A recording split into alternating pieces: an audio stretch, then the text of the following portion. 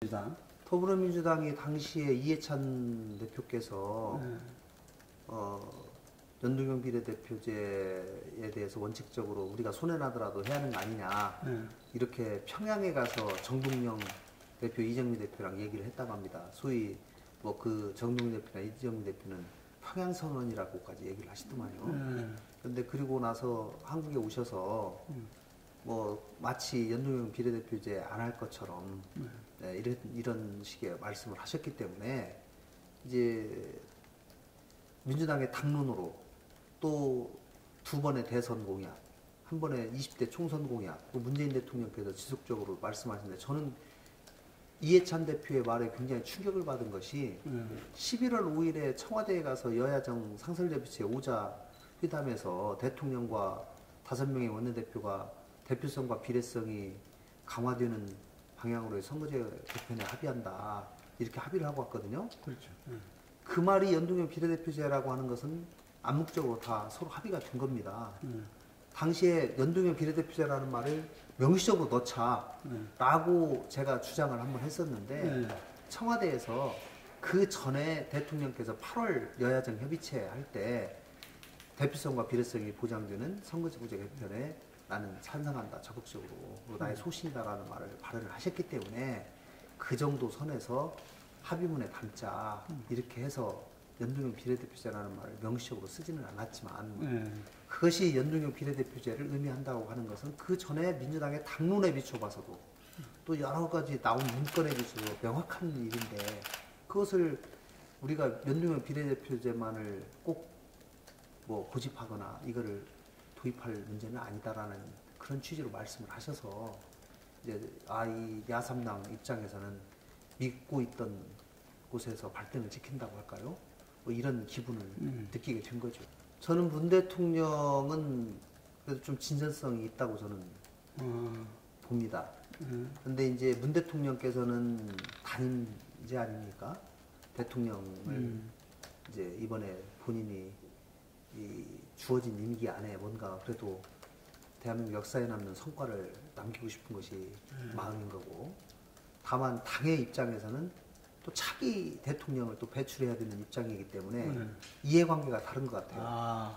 그래서 예, 대통령은 본인이 소신이고 그동안 철학이기 때문에 가능하면 하면 좋겠다라는 생각을 갖고 있는 것 같고, 다만 당에서는 다음번 집권을 하기 위해서는 우리가 21대 총선에서 유리한 고지를 점령을 할 수밖에 없고, 그러기 위해서는 현행 선거제도에서 크게 벗어나지 않는 정도로만 신용만 뭐 하더라도 신용만 내는 것이 우리한테 유리하다. 분명히 당리당략적인 요소를 충분히 검토하고 그런 발언을 했을 것이라고 생각합니다. 그리고 이해찬 대표가 계속 20년 집권 얘기를 계속했잖아요. 그 맥락이 저는 같이 이어져 있다고 생각합니다. 홍영표 대표가 평소에 같이 활동을 많이 했잖아요. 활동 많이 했고 선거구제 개편에 대해서도 어느 정도 좀 의지가, 홍 대표는 적어도 조금 있습니다. 뭐 제가 100%라고는 말씀드리기 어렵고 뭐 좀 있는데, 이제 당시 그 표현은 아마 예산과 선거구제 개편을 연계하는 것을 비판하려다 보니까 예산은 국민 밥그릇이고 선거구제 개편은 국회의원 밥그릇이다. 이렇게 서로 비교를 하면서 하다 보니까 과한 표현을 썼는데, 과한 표현을 넘어서 저는 있을 수 없는 표현이라고 생각합니다. 선거구제 개편이 국회의원 밥그릇이라고 밖에 있는 아무것도 모르는 일반 국민들이 그렇게 얘기할 수 있을지는 몰라도 그걸 어떻게 여당 원내대표가 또 민주당의 당론으로 오랫동안 주장해왔던 연동형 비례대표제로의 선거구제 개편 주장이 국회의원 밥그릇 챙기기다 이렇게 표현한다면 이것은 그동안 민주당 스스로의 존재 가치를 부정하는 일이다. 저는 그렇게 생각을 하고 그 부분에 관해서 뭐 이정미 정의당 대표도 몇 차례에 걸쳐서 항의를 하고 반박을 하고 이렇게 말씀을 하셨는데, 뭐 제가 보기에도 그거는 지나치게 상황을 잘못 판단한 표현이다 이렇게 생각합니다. 뭐 그분들 입장에서는 과거에 선거제도 개편 논의 주장이 있을 때마다 1당, 2당, 3당이 등장하려고 하는 그 싹을 잘르려고 하는 그런 것으로 아마 그렇게 계속 사용해 왔던 것 같고요. 이번에도 또 그렇게 평가를 할 겁니다. 근데 저는 이제 이거 지금 대한민국 연동형 비례대표제를 도입하는 것은 어느 당이 살고 죽고 의석을 몇 개 더 얻고 이것을 떠나서 촛불 민심의 저는 큰 흐름이다. 예, 그리고 대한민국 정치 개혁을 원하는 많은 국민들의 여망이 이제는 연동형 비례대표제를 도입해야만 된다라고 하는 큰 흐름으로 지금 거대한 물결로 오고 있다라고 생각을 하고요. 그동안은 이렇게 주장을 했지만 그 가능성이 굉장히 희박했었지만 과거 어느 때보다도 올해가 지금 1당, 2당이 어느 당도 과반수를 차지하지 못하고 또 있기 때문에 선거구제를 개편할 수 있는 절호의 찬스, 어떻게 보면 골든타임이다. 이렇게 생각하고 이번 기회에 대한민국 정치가 바뀔 수 있는 매우 소중한 시간이다. 저는 이렇게 생각을 합니다. 무슨 바른미래당, 민주평화당, 정의당이 연동형 비례대표제가 되면 의석을 몇 개 더 얻을 것이다. 더 얻을 수도 있고 저는 더 적게 얻을 수도 있고 또 이 당들의 사실 미래도 불투명합니다. 뭐 많은 분들의 전문가들의 평가에 의하더라도 예. 그렇기 때문에 이것을 당리당략적으로만 평가하지 마시고 노무현 대통령께서 말씀하신 말이 생각이 나는데요. 예. 정권 한번 잡는 것보다 선거구제 개편하는 것이 정치 발전에 훨씬 더 큰 도움이 된다라고 하는 그 말씀을 꼭 노무현 정신을 계승하고자 하는 자임하고 있는 민주당에 있는 많은 국회의원들이 좀 인식해 줬으면 좋겠습니다. 국회에서 정당 득표율은 그 당시에 의석을 배분하는 기준이 있지 않습니까? 주어진 47개의 비례대표를 배분하는 기준으로서 정당 득표율을 사용했기 때문에 당시에 사실은 지역구 의원은 뭐 국민의당이나 다른 당을 찍더라도 아니 죄송합니다. 지역구 의원은 1등, 2등, 1등이나 2등 줄만한 이 국회의원 후보한테 찍더라도 정당 투표에 있어서는 제3당에게 좀 힘을 주자라고 하는 사실 그런 것도 상당히 반영이 됐었거든요.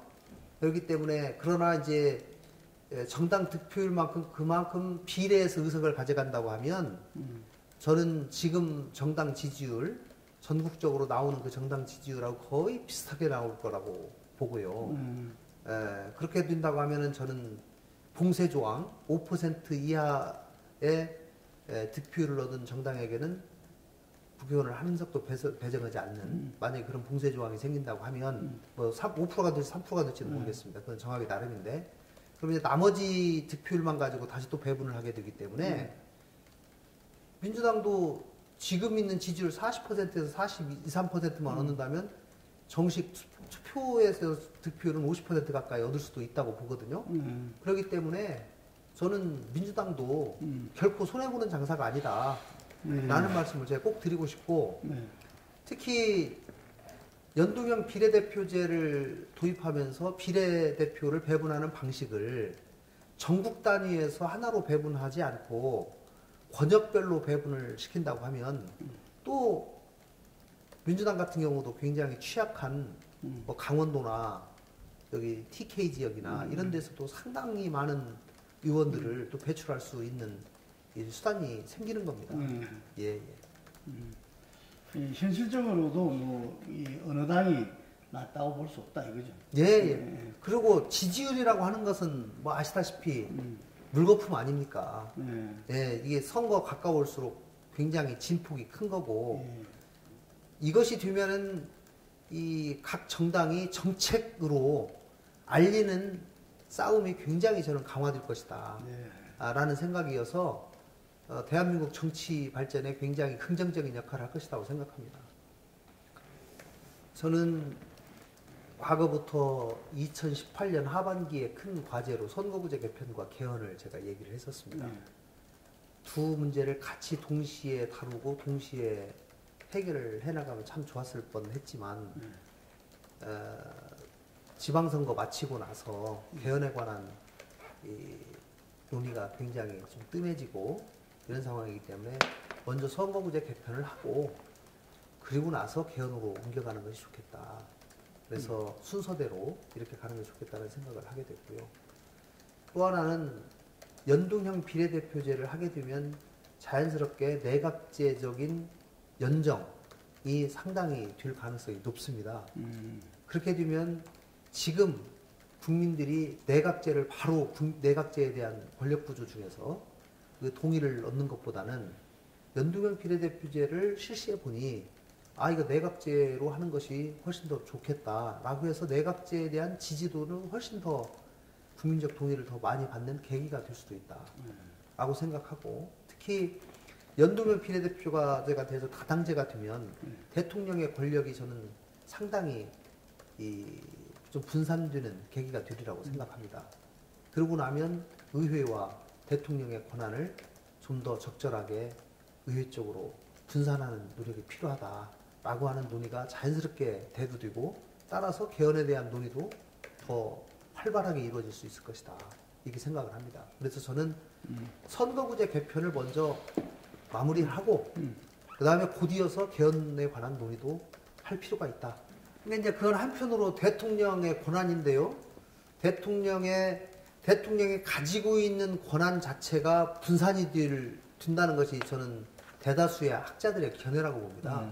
그렇다고 보면 이 시스템 자체가 대통령의 권한을 분산시키고 통제하는 방향으로 나갈 수밖에 없다라고 하는 것이고, 그 과정에서 대통령의 권한 하나하나를, 예를 들면 뭐 지금으로 말하면 뭐 반문연대다 이런 식으로 대통령의 권한을 야당끼리 딱 뭉쳐가지고 이렇게 반대하는 이런 것들이 좀 어려울 거 아니냐라고 하는 그런 우려를 하시는 것 같은데, 저는 그런 것보다는 시스템적으로 대통령의 권한을 원천적으로 분산시키는 이런 것들이 훨씬 더 중요하다고 저는 보고 있습니다. 그거는 저희가 아직 국민들이 의원 정수 늘리는 것에 대해서 그동안 국회 자체가 상당히 큰 불신을 주어왔기 때문에 굉장히 부정적이라고 생각합니다. 그렇기 때문에 그 부분은 꾸준히 설득하는 노력이 필요한데요.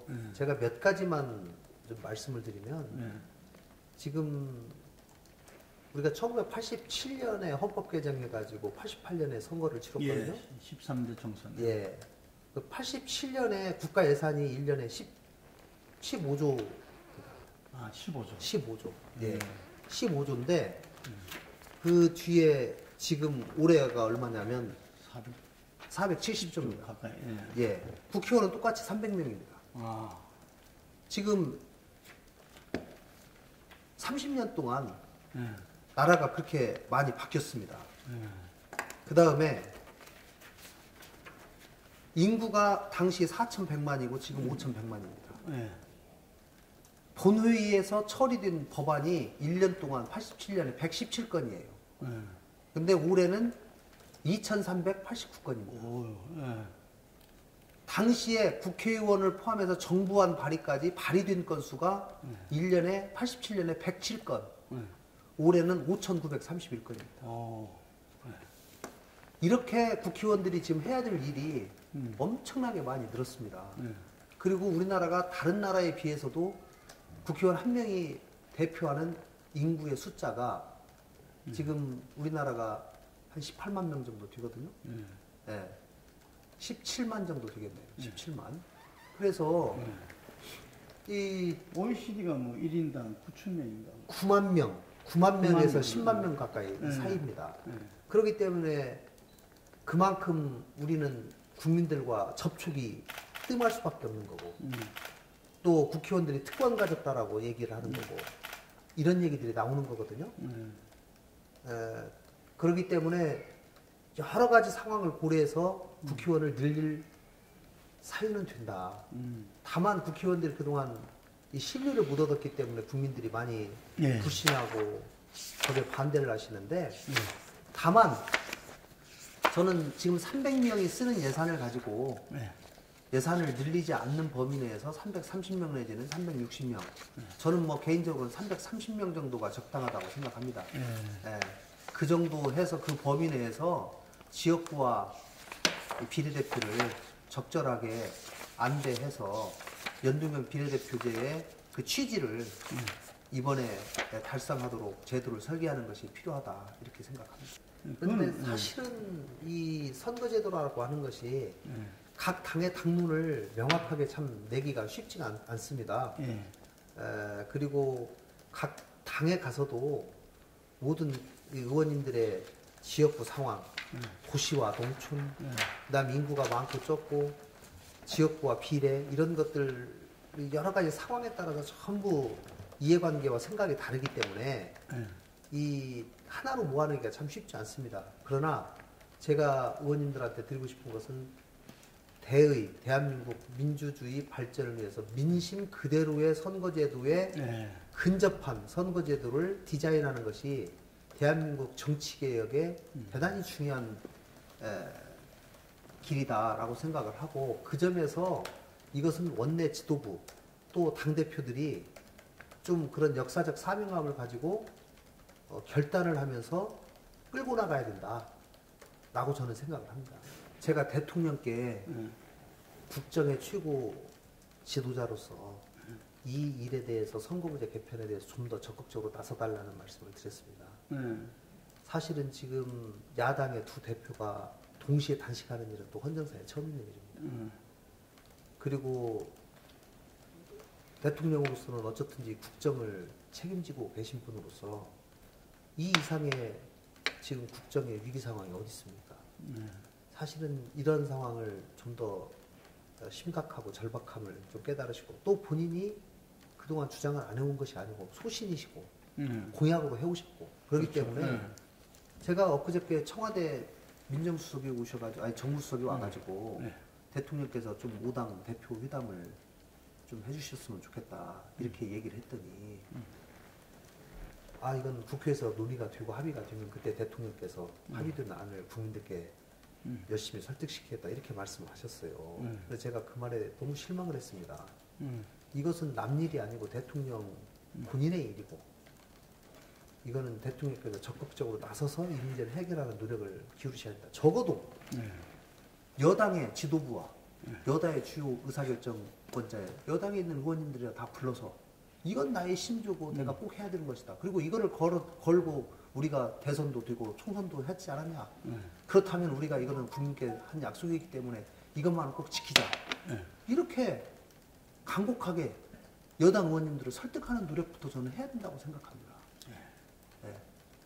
자, 자유한국당 지금 뭐 어쨌든 지금 파트너가 나경원 의원으로 대표로 바뀌었는데 나 대표님께서도 뭐 지금 상황이 자유한국당이 뭐 또 좀 있으면 뭐 당협위원장들 뭐 교체도 나오고 뭐 여러 가지 당내 복잡한 사정 때문에 선거제도 개편을 논의하기 위한 의원총회를 빠른 시간 내에 소집하기가 어렵다고 그렇게 말씀을 하셔요. 그러나 저는 나 대표님께서 그동안 보수 진영의 대표 주자로서 국민적 인지도도 계시고 또 서울시장도 출마하시고 국민들이 관심을 많이 가지고 계신 정치 지도자 중에 한 분 아닙니까?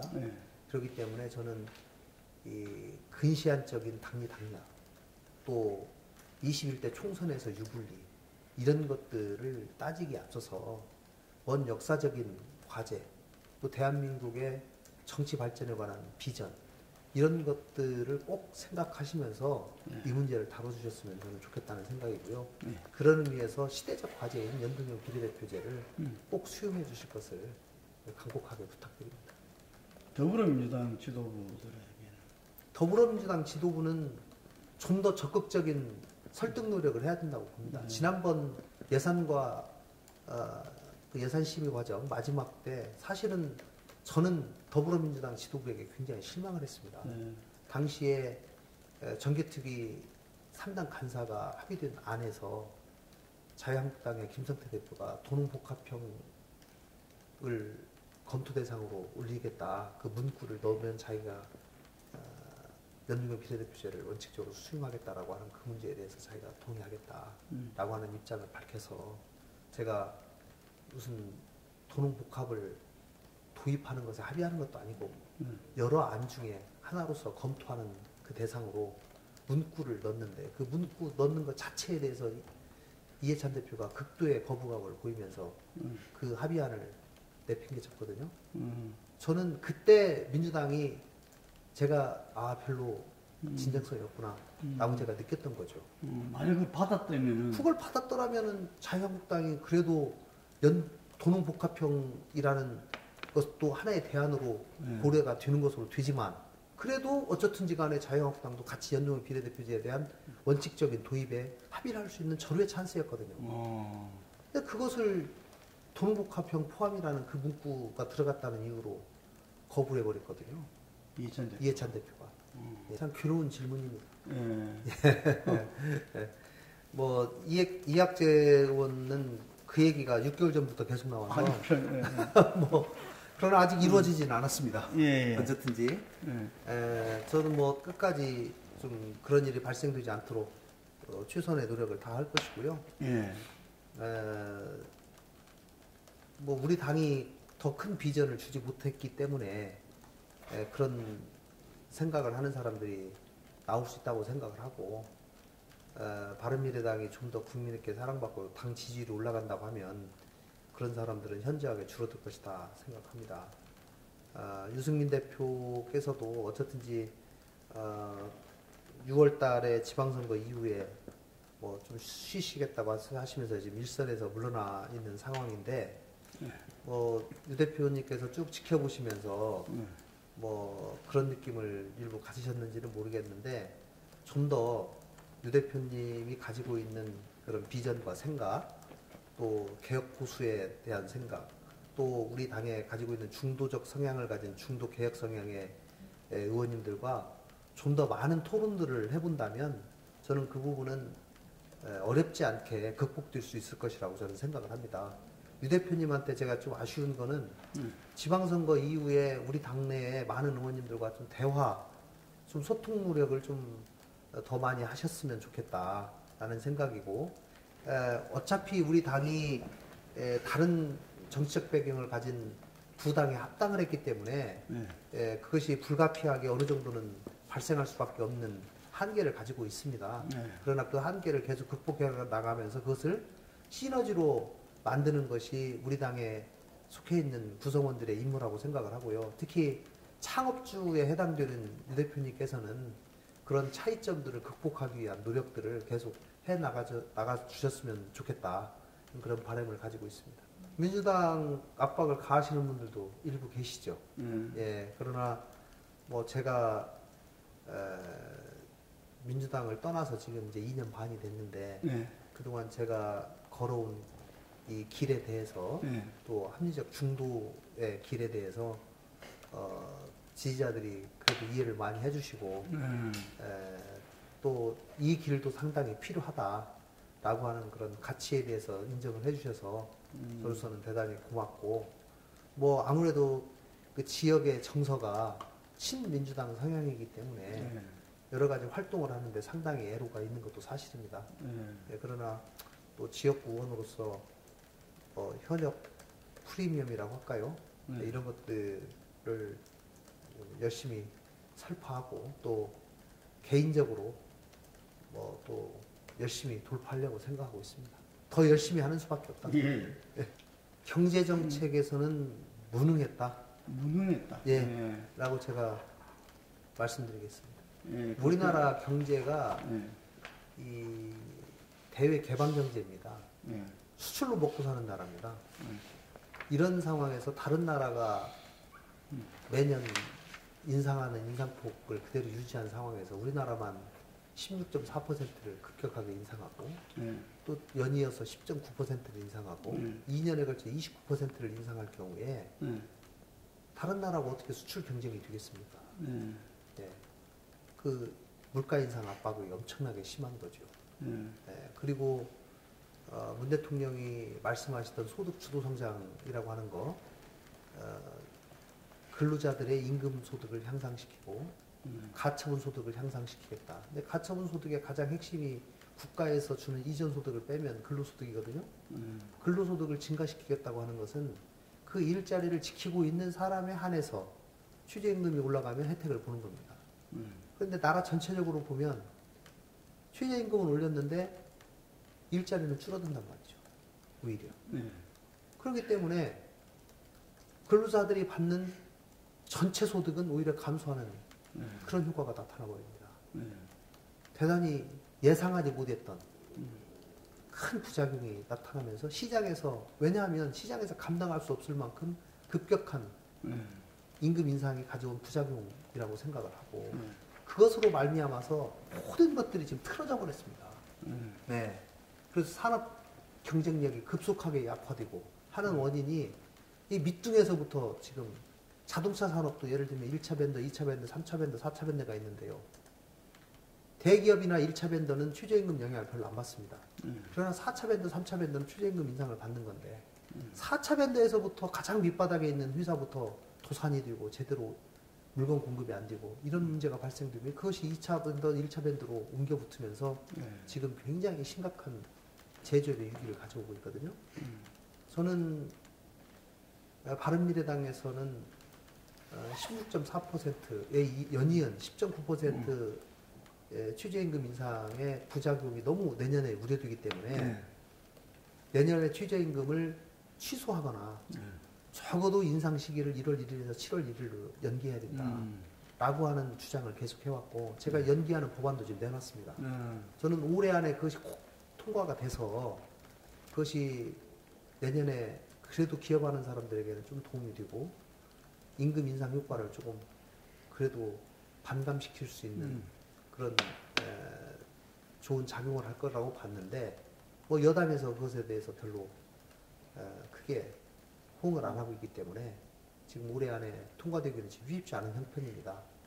그러나 최저임금의 급격한 인상으로 인한 그 부작용 이것이 대단히 심각한 우리 경제에 많은 혼란을 가지고 있다. 저는 이번 뭐 임시국회에서도 그거를 라도 그걸 의논해서 처리하자라고 얘기를 할 겁니다. 할 건데 뭐 여당이 그동안의 자세로 봐서는 뭐 쉽게 응할 것 같지는 않습니다.